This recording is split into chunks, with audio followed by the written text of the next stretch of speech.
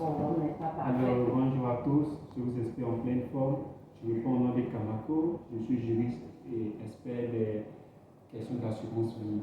J'interviens dans la plus grande compagnie d'assurance Prudential Beneficial Insurance. C'est d'ailleurs la compagnie la plus vieille au monde. Elle fait déjà 776 ans d'existence. Et elle est au Togo, ça fait 24 ans maintenant. Du coup, c'est une compagnie qui est expérimentée, qui n'est pas une compagnie naissante. Et à Prudential, qu'est-ce que nous faisons? Et nous accompagnons les travailleurs de tout secteur, y compris les parents d'élèves, à planifier leurs vieux jours, ainsi qu'à protéger et à sécuriser l'éducation de leurs enfants. Souvent, lorsque nous parlons des contrats d'assurance vie, les gens se demandent est-ce qu'il leur faut réellement un contrat d'assurance vie? Ou bien qu'est-ce qu'ils gagneraient en prenant un contrat d'assurance vie? Je vais vous expliquer la notion d'une façon très simple. Et premièrement, c'est quoi le contrat d'assurance? Ou bien pourquoi nous prenons un contrat d'assurance? Nous prenons un contrat d'assurance vie pour se mettre à l'abri de certains aléas de la vie. Et on parle de contrat lorsqu'on met un risque dans un contrat. Du coup, qu'est-ce que vous gagnerez en prenant un contrat d'assurance vie? Premièrement, je vais expliquer ça à travers la banque, du fait que nous tous nous sommes familiers avec les opérations de la banque.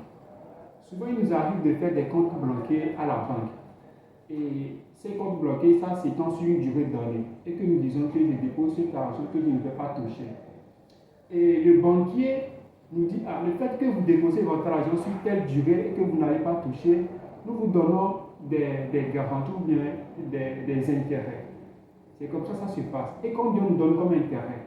À la banque, dans l'espace UEMOA ou soit dans l'espace CEDEAO, on nous donne un intérêt de 3,5%. Et sur le capital, le montant que nous avions laissé, on nous donne un intérêt de 3,5%. À l'assurance aussi, c'est la même chose. Du fait que l'assurance est aussi un compte d'épargne retraite que la personne a constitué. La personne se dit, sur telle durée, je mets un peu d'argent de côté, jusqu'à ce que je n'aille à la retraite, je vais récupérer cet argent pour advenir à mes soucis des vieux jours. Vous voyez, c'est comme ça se passe. Du coup, quand vous mettez votre argent de côté comme ça, en assurance, nous vous disons, du fait que vous laissez votre argent, nous vous donnons un intérêt de 3,5%. Maintenant, la particularité chez nous, c'est quoi? Nous donnons un bonus de fidélité. Le bonus de fidélité, pourquoi ça? Ça intervient du fait que le souscripteur a honoré le paiement de son engagement sur toute la durée du contrat. C'est ça que nous appelons bonus de fidélité. Et ce bonus de fidélité s'élève à 3,5% également. Vous voyez? Ce qui veut dire que sur la seule prime que la personne cotise, la personne accumule un pourcentage de 7%. Donc c'est un peu ça. C'est ça la particularité de l'assurance. Et puis, vous allez remarquer que vous totalisez un bonus de 7% contrairement à la banque. Vous voyez, non? Maintenant, c'est quoi la particularité même de l'assurance? Au niveau de l'assurance, l'assurance octroie des garanties, ou soit des couvertures, contrairement à la banque. Par exemple, à la banque, si vous faites le compte bloqué, et arrivé au terme du contrat, à la fin du délai du compte, vous irez récupérer votre argent et on vous donne l'argent avec l'intérêt de 3,5%. Vous voyez, non? Maintenant, au niveau de l'assurance, vous déposez votre argent, malgré quand vous calculez les intérêts en plus et les bonus de fidélité, nous obtenons des couvertures au cas où le souscripteur se trouve dans une situation d'invalidité ou soit le souscripteur fauché par la mort. Vous voyez, non? Nous ne disons pas que la personne doit être dans cette situation avant qu'on ne la donne son argent. C'est pas ça. Et c'est quand nous mettons dans couverture ou soit dans garantie au niveau de l'assurance. On dit, du fait que vous déposez votre argent sur telle durée, au cas où, durant la durée du contrat, vous vous retrouvez dans une situation d'invalidité, on y intervient.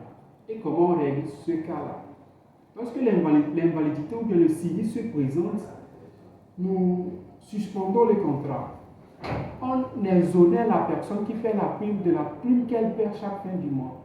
Du fait que la personne est dans une situation d'invalidité, elle ne pourra plus travailler et gagner de l'argent.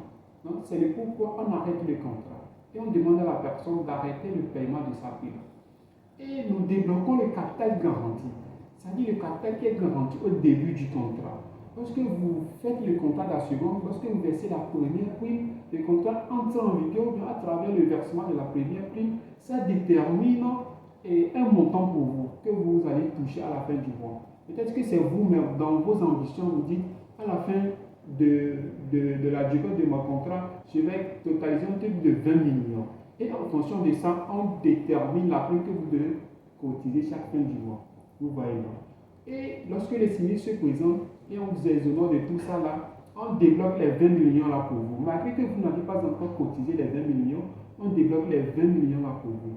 Vous voyez, c'est ça l'avantage. Maintenant, comment ça se passe lorsque le souscripteur n'est plus là? Ou bien le souscripteur passé de la vie à trépas. C'est-à-dire lorsque le souscripteur est décédé. Le fait que le souscripteur n'est plus là, il y a ses ayants droit, ou soit il y a ses enfants. Nous débloquons l'argent et nous donnons aux ayants droit.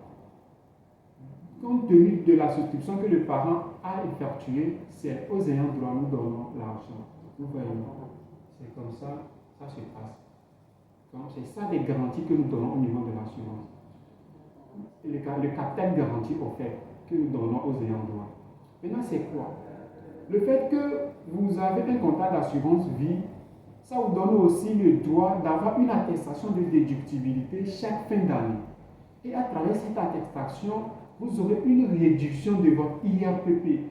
L'IRPP est l'impôt sur les revenus des personnes physiques qu'on nous prélève à travers les salaires que nous percevons. Du coup, en prenant un contrat d'assurance vie et qu'à la fin de l'année, on vous donne une attestation, vous aurez la réduction de votre IRPP et ça peut vous payer au moins un carburant. Vous voyez, non? C'est ça aussi l'avantage.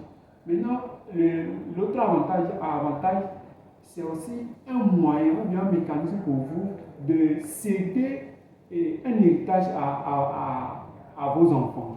C'est le moyen de succession le plus souple ou le plus simple, si je peux le dire.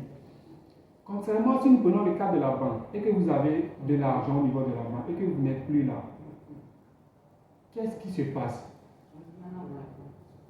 Il vous faut forcément un administrateur de biens pour aller récupérer l'argent là. Vous voyez, non? Du coup, au niveau de l'assurance, ça ne se passe pas comme ça.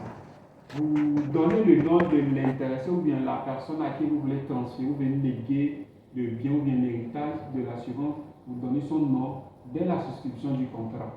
Ça peut arriver qu'à un certain moment, vous pouvez changer le bénéficiaire aussi.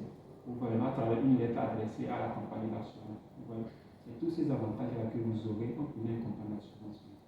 Du coup, mon souhait, c'est de vous accompagner à prendre un contrat d'assurance retraite auprès de notre compagnie, la compagnie Prudential. Elle est celle qui est au Togo, elle est au niveau de GTA, en face de la station Total. Vous pouvez me rejoindre sur mon numéro Togociel 93 95 73 41. Du coup, vous pouvez me rejoindre à travers ce numéro-là. Merci et passez de bons moments.